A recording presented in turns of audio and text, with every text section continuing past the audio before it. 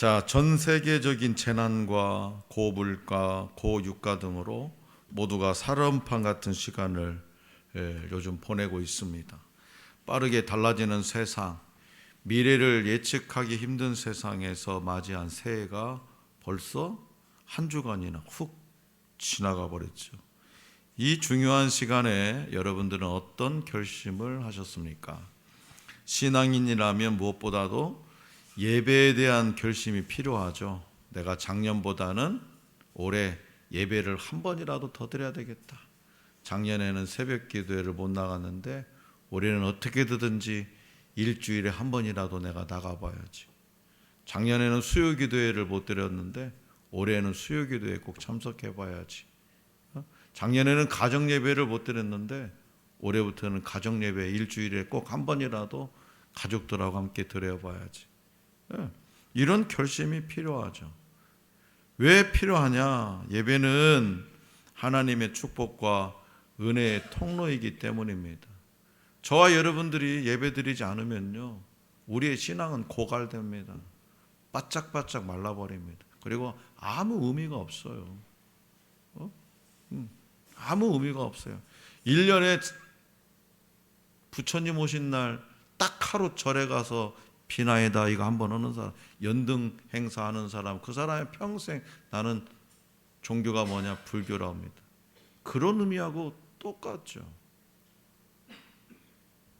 오늘 우리에게 주신 본문 말씀에 기록된 데살로니가 교회 성도들은 사도 바울과 그의 동료 선교사들 그리고 유다에 거하고 있던 신자들처럼 신앙심에 대한 박해 가운데 있었습니다. 예수 믿는 것 때문에 모진 고난과 핍박을 받았다는, 심지어는 목숨까지도 내놓았다는 거예요. 그래서 데살로니가에서 복음은 이처럼 처음부터 극심한 반대 가운데 전파되었습니다. 더욱이 데살로니가의 성도들은 동료들로부터, 자기 민족으로부터, 동네 사람들로부터, 자기 일가 친척들로부터, 자기 친구들로부터 고난을 받았다는 거죠. 그러나 그들의 고난은 교회의 설립을 위한 초석이 되었습니다. 데살로니가 후서에서 바울은 데살로니가 교인들에게 매우 자랑스러운 덕목이 있음을 알게 됩니다. 그들은요, 모진 박해와 고난 가운데서도 믿음을 지키고 견고함을 잃지 않았던 거죠. 그래서 바울과 동료 선교사들은 악한 사람들로부터 보호해달라고 기도해 줄 것을 그들에게 부탁했습니다. 그리고 바울도 그들이 스스로 굳세게 하며 악한 자들로부터 보호하도록 기도했습니다. 여기서 대표적인 이미지는요, 믿음의 공동체에 대한 것입니다. 전쟁에 참여한 군사로서, 극심한 공격을 받는 자들로서 그들 스스로를 이해할 것을 바울은 부탁했습니다.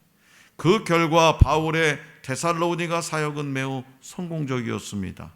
바울은 성령과 능력과 큰 자신감으로 복음을 전했고, 성도들은 성령의 기쁨으로 복음을 받아서 우리와 주님을 본받는 자들이 되었습니다.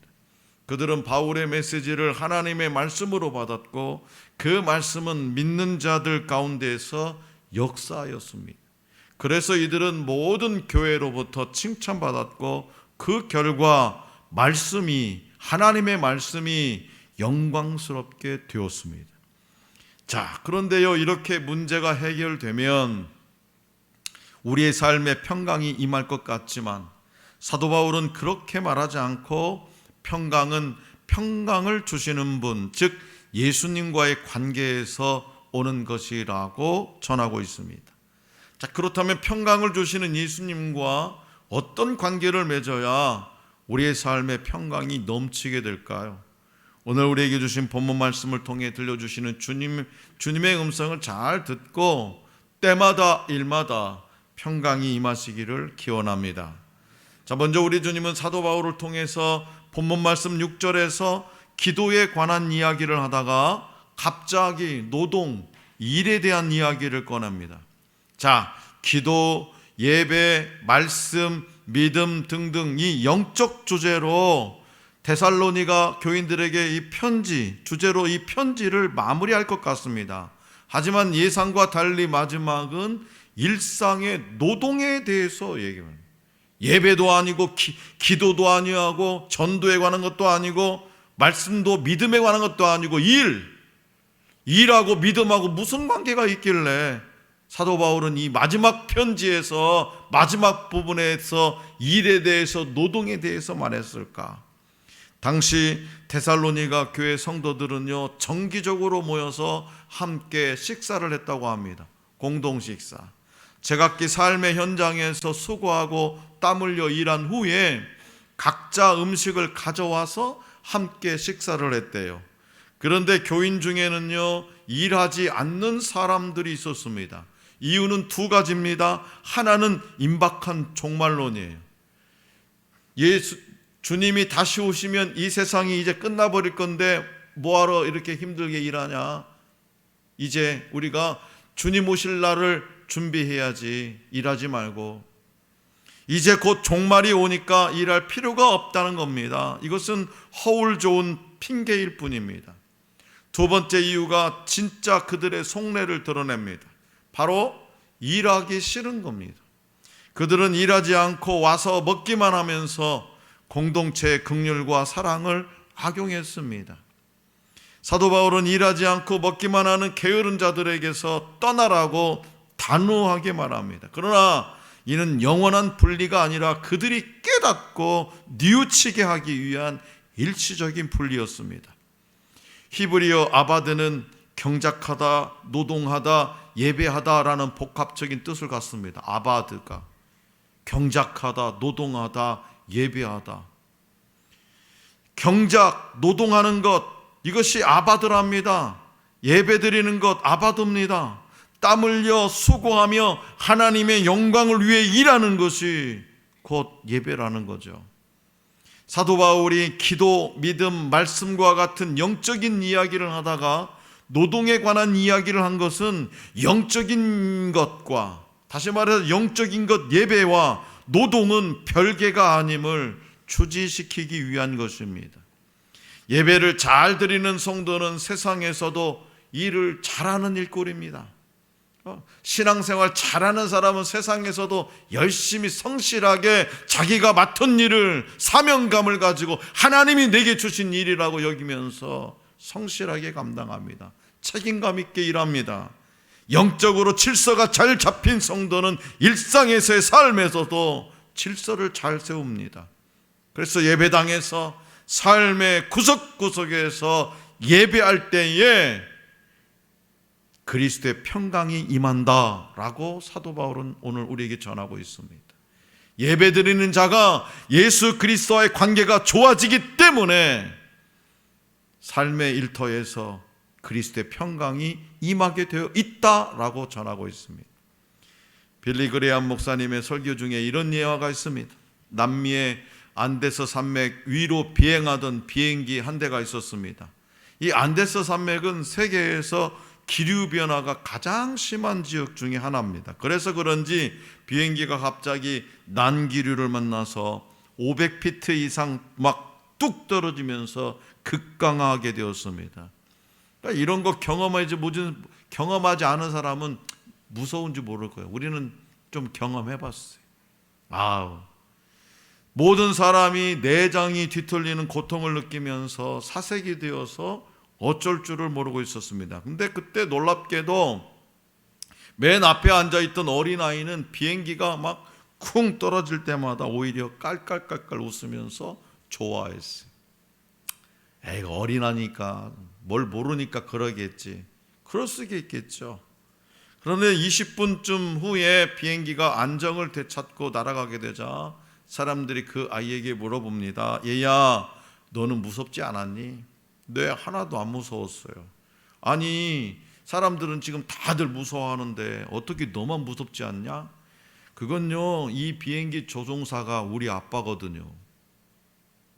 이 아이는요, 조종사인 자기 아빠를 신뢰했기 때문에 그 무서운 상황 속에서도 평안할 수 있었습니다. 예배를 열심히 드리는 자들, 그 드러낸 자들이 일상생활에서 열심히 살아갑니다. 왜요? 예배를 통해서 예수 그리스도 나의 주님을 신뢰하기 때문에, 내 삶 속에 평강이 임할 줄을 믿기 때문에. 자, 그렇다면 성경이 말하는 평강이란 무엇일까요? 자, 본문 말씀 16절의 말씀입니다. 16절 시작. 평강의 주께서 친히 때마다 일마다 너희에게 평강을 주시고 주께서 너희 모든 사람과 함께 하시기를 원하노라. 아멘. 여기서 사도 바울은 주께서 데살로니가 교인들에게 때마다 일마다 평강을 주실 것을 선언합니다. 사도 바울이 이렇게 선언할 수 있는 이유는 예수 그리스도께서 친히 평강의 주시기 때문이죠. 평강을 뜻하는 헬라어 에이레네는 결합하다라는 뜻의 에이로에서 파생된 단어입니다. 따라서 평강은 어떤 노력이나 행위의 결과를 얻는 것이 아니라 예수 그리스도와 결합함으로써 누리는 완전한 상태, 이것이 바로 평강입니다. 성도 여러분, 인간은 하나님이 창조하셨을 때부터 평강의 상태에 있었습니다. 그러나 범죄함으로 에덴 동산에서 쫓겨난 후 그 평강이 깨진 상태로 살게 되었습니다. 너무나 안타깝죠. 하나님과 멀어짐으로써 두려움과 슬픔 가운데 살아가야 했습니다. 평강이 깨진 상태를 회복하기 위해서 구호를 외치고 선물을 주고 규약을 맺어도 아무 소용이 없습니다. 독생자 예수 그리스도께서 이 땅에 오셔서 십자가에 달려 죽으심으로 대속물이 되셨기 때문에 하나님과 우리 사이에 막힌 담이 허물어지고 화목한 관계가 회복되었습니다. 그렇기 때문에 A로 평강을 이루신 주 예수 그리스도와 하나 될 때, 결합될 때 에이레네 우리에게 완전한 평강이 임합니다. 사도 바울은 데살로니가 성도들을 향해서 이 평강을 선언한 거예요.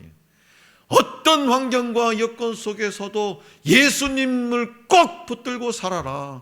예수님과 결합된 삶을 살아라. 예수님과 친하게 지내라. 예수님과 가까이 있어라. 이 평강은 세상이 우리에게서 결코 빼앗을 수 없는 겁니다.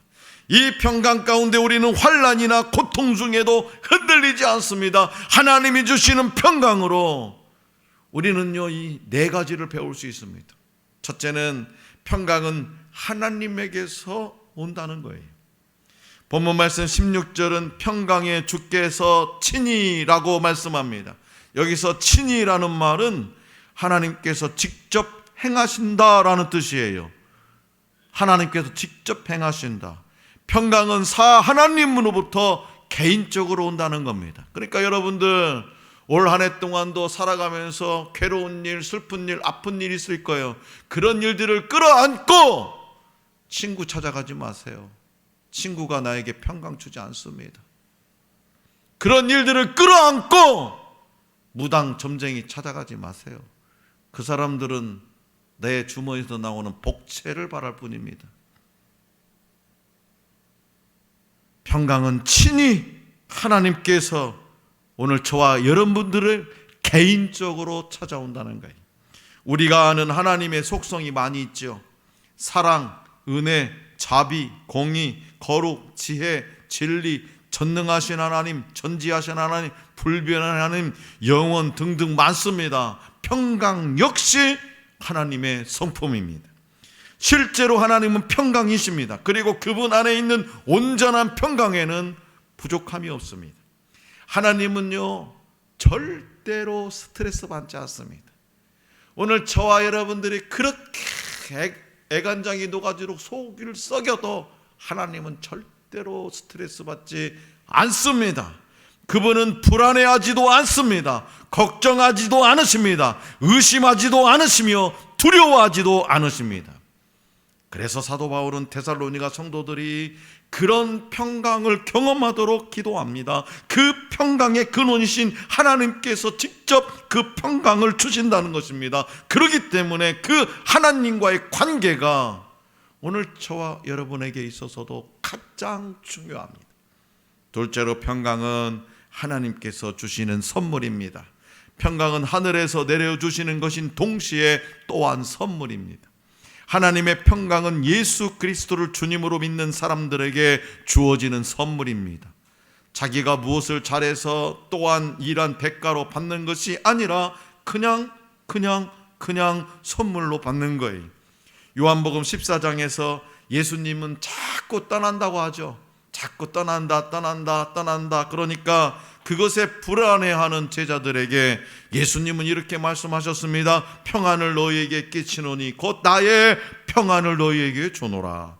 내가 너희에게 주는 것은 세상이 주는 것과 같지 아니하니라. 너희는 마음에 근심하지도 말고 두려워하지도 말라. 염려하고 근심하고 걱정하는 사람에게 하나님의 평안보다 더 큰 선물은 없습니다. 그러나 어떤 사람들은 거짓된 평안을 통해서 자신들의 염려와 근심, 걱정을 없애보려고 시도합니다. 이사야서 57장에서 하나님은 멀리서든 가까이서든 당신께 나오는 자들에게 평강을 주시겠다고 약속해 주셨습니다. 하지만 악인에게는 평강이 없다고 선포하십니다. 악인에게는 평강이 없다. 참된 평강은 믿는 자들에게 주신 하나님 은혜의 선물입니다. 다른 데서 얻을 수 있는 것이 아닙니다. 하나님에게서만 받을 수 있는 선물입니다. 그렇기 때문에 하나님과 좋은 관계를 맺으면서 살아가야 됩니다. 셋째로, 평강은 계속 주어진다는 거예요. 계속. 때마다 일마다라고 말씀하고 있습니다. 때마다 일마다. 때마다라는 것은 평강이란 우리에게 언제나 계속해서 주어지는 것임을 강조합니다. 그런데 거꾸로 보면 이것은 중단될 수도 있는 것이라는 것을 암시해 주고 있죠. 자기 자신에게 초점을 맞추고 세상으로 눈을 돌릴 때 우리는 평강을 누리지 못합니다. 불안과 초조에서 벗어나지 못하는 삶을 살게 됩니다. 하지만 우리 주님이 원하시는 삶에 초점을 맞추고 이웃을 섬길 때 진정한 평강을 누리게 됩니다. 그러면서 예수 믿는다는 것이 이렇게 기쁘고 좋은 것인가를 깊이 체험하게 되는 거죠. 마지막으로, 평강은 상황을 뛰어넘는다는 것입니다. 사도 바울은 성도들이 때마다 일마다, 즉 언제나 어느 방식으로든지 환경의 영향을 받지 않는 평강을 누리기를 기도했습니다. 다시 말해서 하나님의 평강은 세상에서 일어나는 어떤 일에나 어떤 방식에나 영향을 받지 않는다는 거죠. 평강은 어떤 인간관계나 환경 가운데서 이루어지는 것이 아닙니다. 그것은 우리가 틀림없이 믿을 수 있는 하나님의 이 약속 위에서 이루어집니다. 어린아이가 자기 아버지를 신뢰했던 것처럼 오늘 저와 여러분들이 하나님의 약속을 신뢰할 때에 그 약속 위에 이루어지는 것이 바로 평강입니다. 하나님은 우리를 안전하게 지켜주시고 우리의 유익을 위해서 모든 일을 하시는 분입니다. 여러분, 왜 괴로워하십니까? 왜 불안해하십니까? 왜 초조해 하십니까? 아직도 그 하나님을 믿지 못하는 거 아닙니까?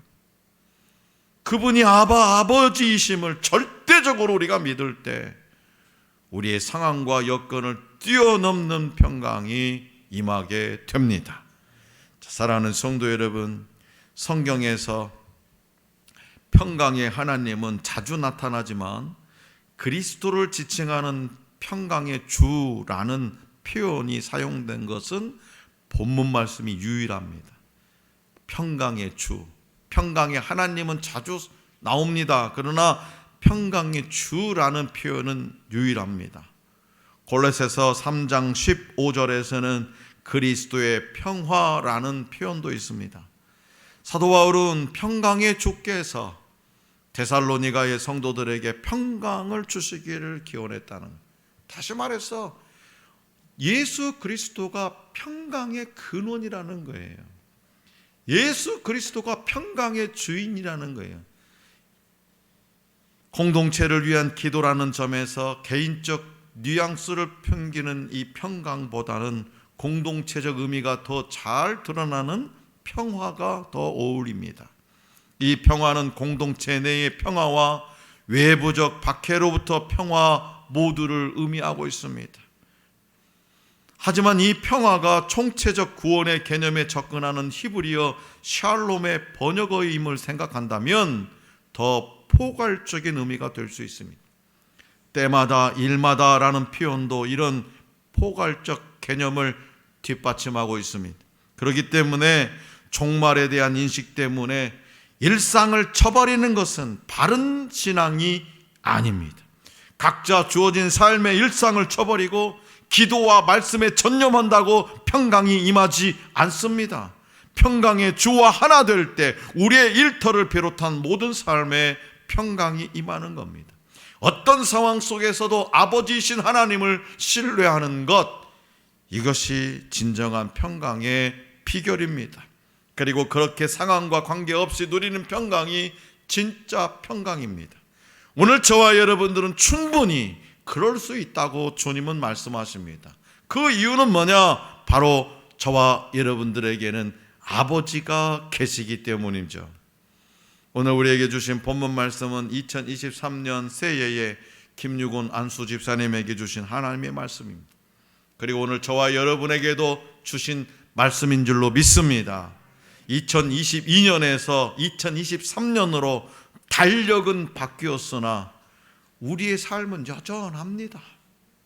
그럼에도 불구하고 우리 주님은 김유곤 집사님과 저와 여러분들이 때마다 일마다 평강의 복을 누리기를 원하십니다.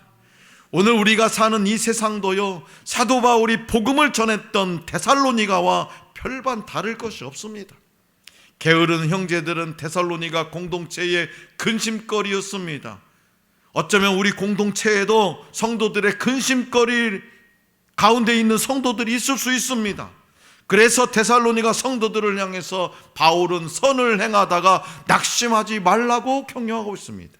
선을 행하되 낙심하거나 포기하지 않으면 하나님이 적절한 때에 반드시 평강의 열매를 거두게 하실 것입니다. 또한 형제들의 사랑을 이용하면서 말씀을 따르지 않고, 그런 일이 있죠. 교회 공동체 와서 신앙생활은 엉망이면서 성도들만 이용해 먹는 사람들, 무절제하게 사는 사람의 그 요구를 끝까지 들어줄 필요도 없습니다. 그렇지만 그를 원수처럼 여기지 말고 형제 자매로 여기고 진심으로 권면해야 한다라고 사도 바울은 오늘 본문 말씀 15절에서 전하고 있습니다. 끝까지 포기하지 말고 사랑해 주라는 것입니다. 사랑해 주라는 거예요. 어제 저녁에 어떤 분을 만났습니다. 그 집에 가서 식사를 했습니다. 시험이 들어서 신앙생활 18년 동안 한 교회에서 신앙생활 하다가 18년 만에 시험 들어서 천주교로 갔답니다. 왜 천주교로 갔는지 목사님 아십니까? 교회에 사랑이 없습니다. 한 영혼을 사랑하는 그 마음이 없어서 저는 떠날 수밖에 없었습니다. 제가 시험이 들었긴 들었는데요, 단 한 사람도 찾아오지 않았습니다. 그래서 저는 교회를 떠날 수밖에 없었습니다. 우리가 올해에도 신앙생활 하다 보면 우리 성도들 가운데 시험 들 수도 있습니다. 무엇 때문에요? 하나님과의 관계는 아무 이상이 없습니다. 사람 때문에 시험 듭니다. 목사도 사람이고 장로도 사람이고 권사도 사람입니다. 그런데 그 사람 때문에 시험 듭니다. 그러나 끝까지 그를 원수처럼 여기지 말고 포기하지 말고 사랑해 주라는 겁니다. 사랑 없는 권면은요, 아무리 오라도 역사하는 힘이 없습니다. 사랑은 쉽지 않지만 포기하지 않는다면 주님이 그 사랑 안에서 역사하십니다. 그리고 반드시 평강의 열매를 주십니다. 그러므로 이 평강 가운데 때마다 일마다 일상을 거룩하게 살아가는 우리 김유곤 집사님과 저와 여러분들이 될 수 있기를 원합니다. 하나님의 말씀에 순종하고 이웃을 내 몸과 같이 사랑함으로 예수 그리스도와 완전히 결합되어서 누리는 평강, 에이레네의 축복이 임하시기를 간절히 기원합니다.